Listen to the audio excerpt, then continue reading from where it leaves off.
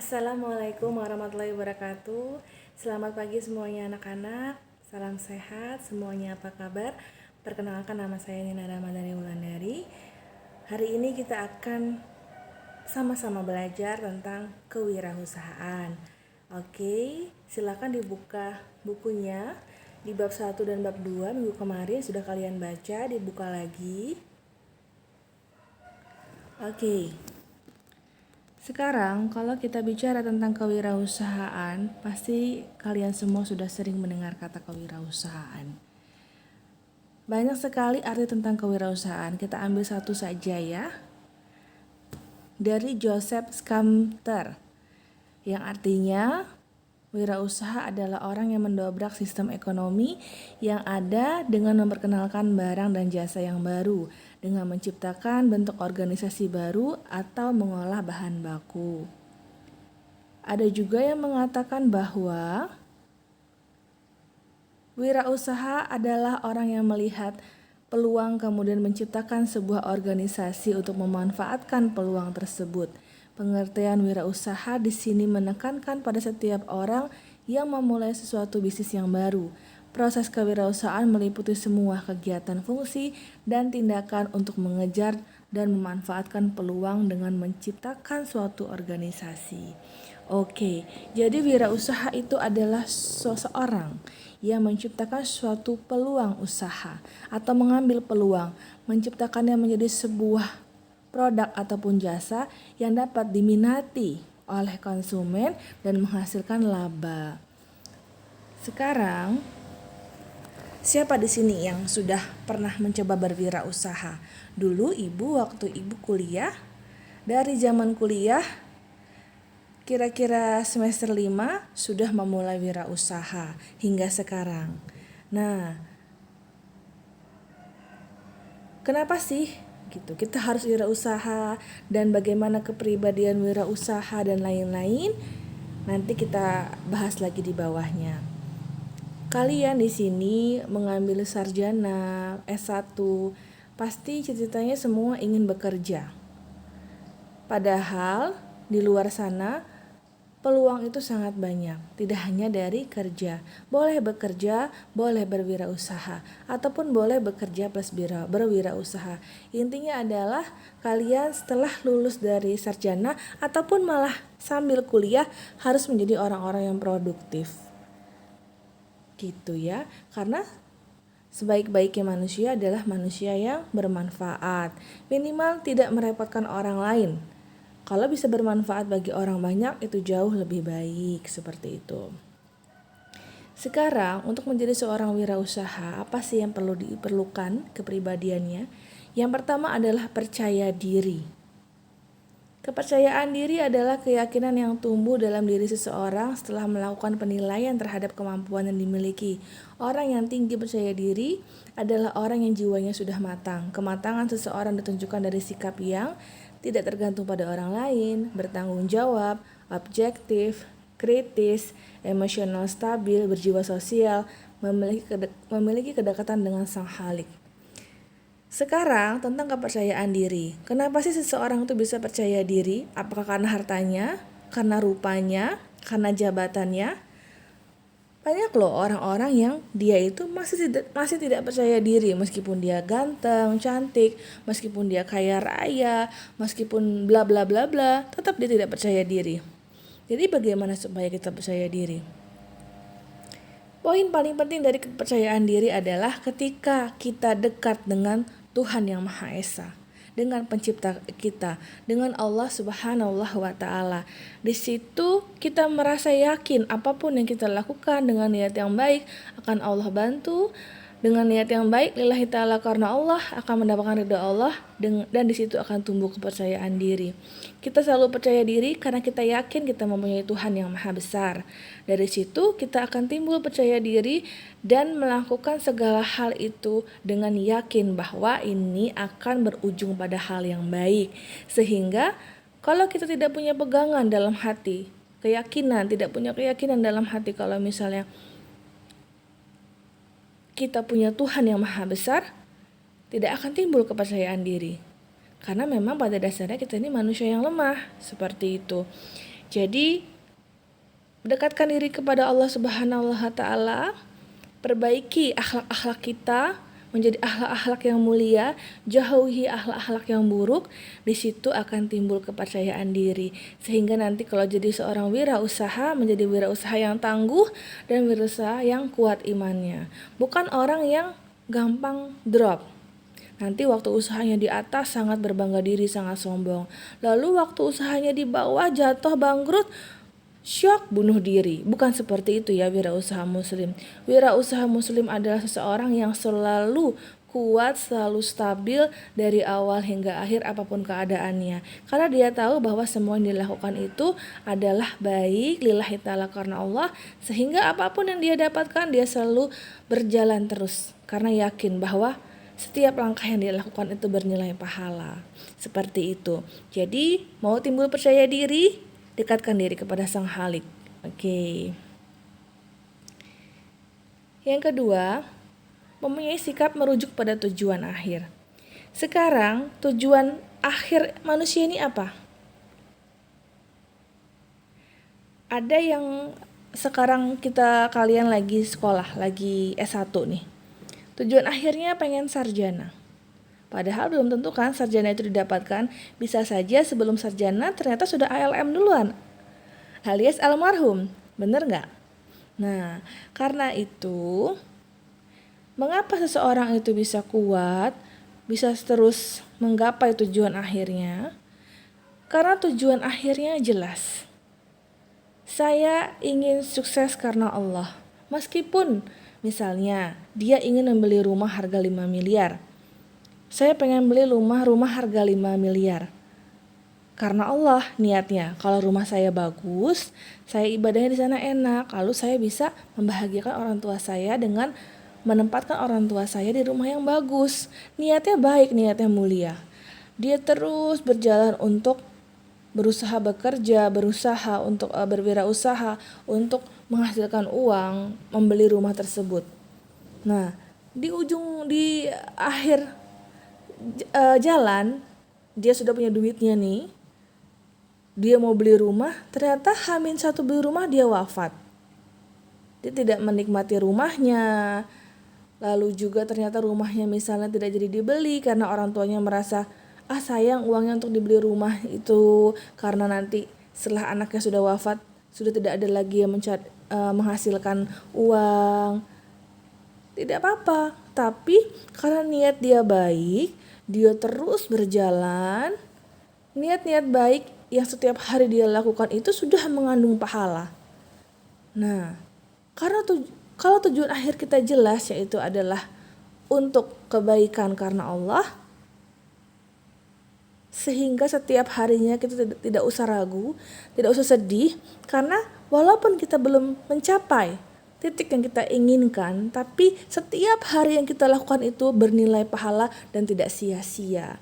Sehingga sampai atau tidak sampai itu urusan yang maha kuasa, tetapi di akhirat kita sudah mengumpulkan pundi-pundi. Kalau misalnya tujuan akhirnya hanya dunia, saya yakin siap-siap stres. Karena misalnya pengen rumah 5 miliar, sudah bekerja keras, sudah berwirausaha, 1 bulan belum bisa, 2 bulan belum bisa, setiap hari stres. Tapi kalau tujuan akhirnya pengen beli rumah mewah untuk menyenangkan orang tua lillahi ta'ala karena Allah, tidak stres. Kenapa? Karena dia tahu setiap harinya dia berusaha itu ada nilai pahalanya, meskipun apa yang dia inginkan belum tercapai. Jadi sehingga setiap hari itu semangat selalu. Karena tahu apa yang dilakukan ini tidak sia-sia. Apapun yang kita lakukan kebaikan karena Allah, nilainya semuanya bernilai pahala. Gigih. Nah, di sini kita lihat tingkat kegigihan seseorang bisa dilihat dari kemampuannya untuk bertahan dalam situasi sulit. Kemampuan ini dikenal dengan adversity intelligence dan tingkat penguasaannya dikenal dengan adversity quotient. Oke. Adversity quotient memiliki 4 dimensi, yaitu kontrol, Seberapa besar individu mampu memberi pengaruh secara positif terhadap situasi? Ownership. Sejauh mana individu mengendalikan diri sendiri untuk memperbaiki situasi yang dihadapi tanpa memperdulikan penyebabnya. Reach. Penilaian seseorang mengenai seberapa jauh kesulitan akan menjangkau atau menyebar bagian-bagian lain dari kehidupan. Endurance. Seberapa lama individu menganggap kesulitan akan berlangsung atau bertahan. Oke, di sini berarti ada control, ownership, reach, ada endurance. Seseorang dikatakan gigih ketika dia mampu memberikan pengaruh terhadap situasi, pengaruh positif. Bagaimana ini contohnya? Coba kita cek. Berarti kalau kita mau dikatakan gigih, kita harus bisa memberikan pengaruh positif terhadap sekitar kita. Lalu, kita harus bisa mengendalikan diri sendiri atas situasi dan memperbaiki situasi tersebut tanpa memperdulikan penyebabnya.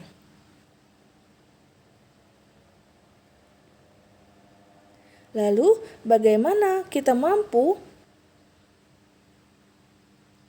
mengontrol kesulitan yang kita dapat sehingga kesulitan itu dapat kita atasi dan kesulitan yang kita hadapi itu tidak mempengaruhi aspek-aspek kehidupan kita yang lainnya. Jadi itu masih hubungan ya dengan kontrol. Lalu bagaimana seseorang itu menganggap kesulitan akan berlangsung atau bertahan. Jadi seseorang yang gigih itu kalau dia ada masalah, dia selalu ambil sisi positifnya. Dia tidak menyalahkan penyebabnya, tapi dia fokus pada bagaimana cara penanganan dari masalah tersebut. Lalu bagaimana masalah tersebut jangan sampai mempengaruhi aspek-aspek kehidupan dia yang lain. Dan bagaimana caranya cepat untuk menyelesaikan masalah yang sedang dia hadapi. Bagaimana untuk memiliki sikap semua itu? Tentunya sebagai seorang manusia biasa, kita tidak akan mampu memiliki sikap seperti itu secara sempurna, tapi tugas manusia adalah menuju kesempurnaan, yaitu dengan berusaha terus memperbaiki diri kita untuk selalu positif, untuk selalu semangat dalam menghadapi masalah, dan selalu mencari solusi, dan dibarengi dengan takwa, dibarengi dengan doa. Karena tanpa keyakinan kepada Allah Subhanahu wa taala, sikap gigih ini tidak akan baik. Maksudnya bagaimana? Karena kita tidak yakin bahwa kita punya Allah, bahwa kita masalah ini akan selesai, tidak punya keyakinan, maka gigihnya naik turun. Tapi kalau kita yakin bahwa apa yang kita lakukan ini baik, dan kita yakin apapun masalah yang kita hadapi ini adalah partnya kita, ujian bagi kita yang harus kita hadapi, dan ini akan dibantu oleh Allah, insya Allah gigih itu akan bertahan. Seperti itu. Nah, di sini ayo siapa yang kalau misalnya punya masalah malah menyalahkan orang lain. Kalau punya masalah malah sibuk kepada penyebabnya. Gara-gara ini nih. Bukan seperti itu orang yang gigih. Orang yang gigih adalah kalau dia punya masalah, dia fokus bagaimana menyelesaikannya. Oke. Yang keempat adalah seseorang entrepreneur harus berani mengambil resiko. Sekarang, apakah semua resiko itu harus kita ambil? Tidak juga, bukan seperti itu maksudnya. Jadi seseorang entrepreneur ataupun wirausaha, dia harus bisa memilah-milah resiko. Lalu, resiko mana yang dapat dia tanggung dan resiko mana yang tidak dapat dia tanggung. Kita sebagai umat muslim, contoh, saya mau berwirausaha nih, tapi kalau saya ngeluarin duit segini, kalau saya rugi, ya sudahlah, saya kan mencoba berwirausaha, saya sedang belajar, itu tidak apa-apa. Tapi apa resiko yang tidak boleh? Contoh, resiko menyangkut nyawa. Misal, sudah tahu ada wabah kayak sekarang. Di rumah sakit itu ada wabah, tapi kita itu pokoknya pengen jualan risol. Contoh kecil ya, jualan risol di rumah sakit itu karena di sana rame. itu kan namanya menyangkut nyawa. Jadi kita demi uang,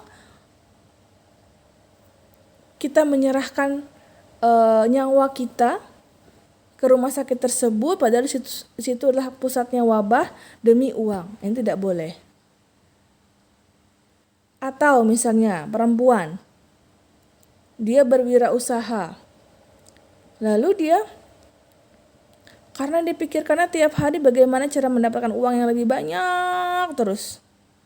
Sampai-sampai dia itu kalau yang perempuan ini berwirausaha, lalu dia malam-malam jam 11 malam, jam 12 malam perempuan sendirian baru tutup toko. Nah, nanti kalau pulang ada apa-apa bagaimana? Jadi resiko-resiko yang bisa diambil ini adalah resiko-resiko yang tidak menyangkut nyawa, tidak menyangkut keyakinan. Atau misalnya, kalau misalnya ada orang nih, investor, mau memberikan investasi kepada kita, lalu dia akan memberikan investasi kalau kita pindah agama. Nah, ini nggak boleh.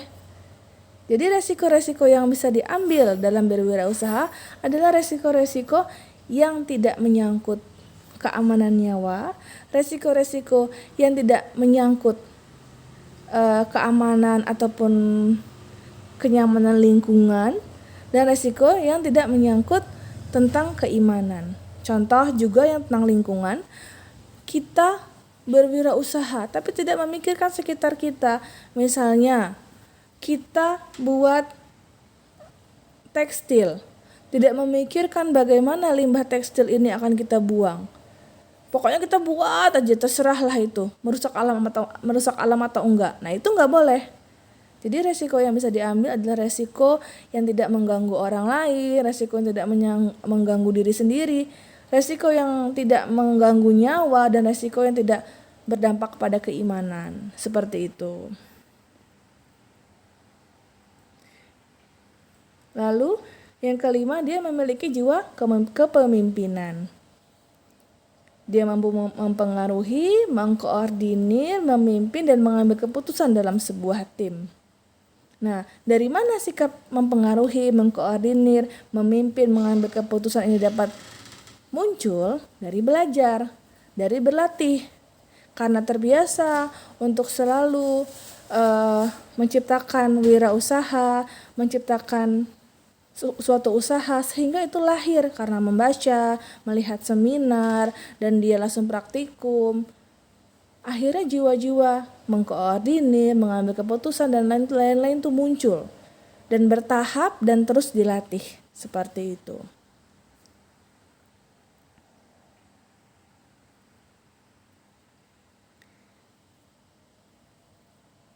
Kepemimpinan propertik adalah pemimpin yang memiliki kemampuan mengendalikan diri dan mempengaruhi orang lain dengan tulus, dilakukan dengan kesadaran, tidak dipaksa atau memaksa.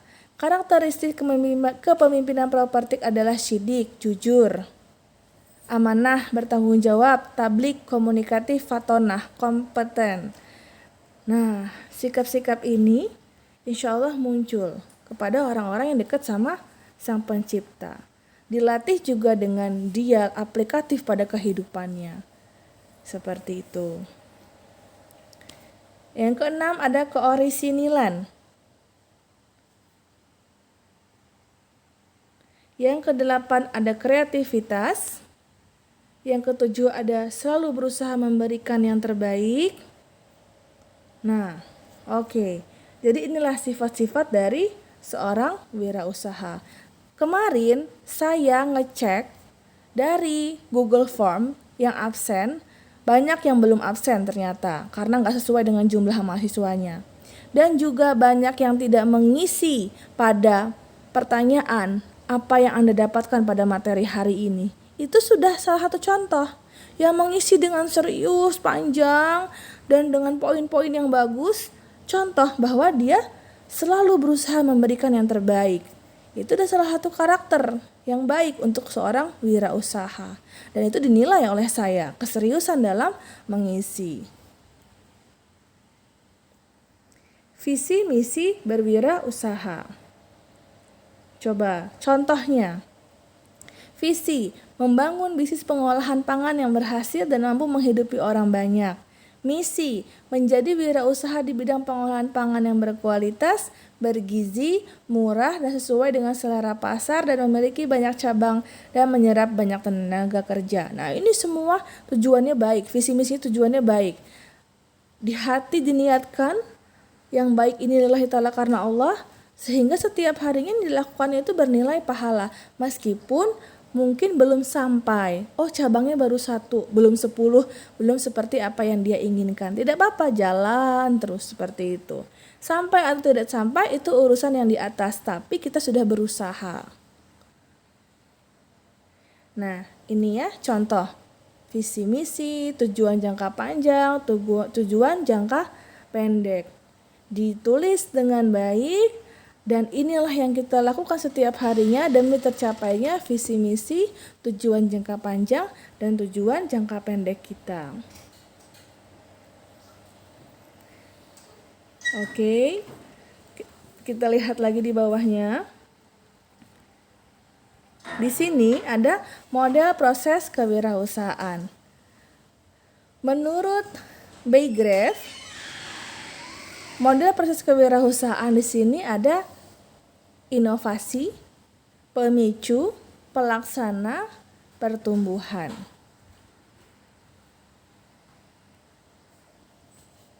Inovasi. 2 hal yang mendorong munculnya inovasi, yaitu personal dan faktor lingkungan. Faktor personal adalah inovasi yang berasal dari dalam diri seseorang akan mendorongnya mencari pemicu ke arah memulai usaha. Misalnya sifat penasaran, keberanian mengambil risiko, pendidikan, dan pengalaman. Faktor lingkungan adalah peluang, pengalaman, dan kreativitas.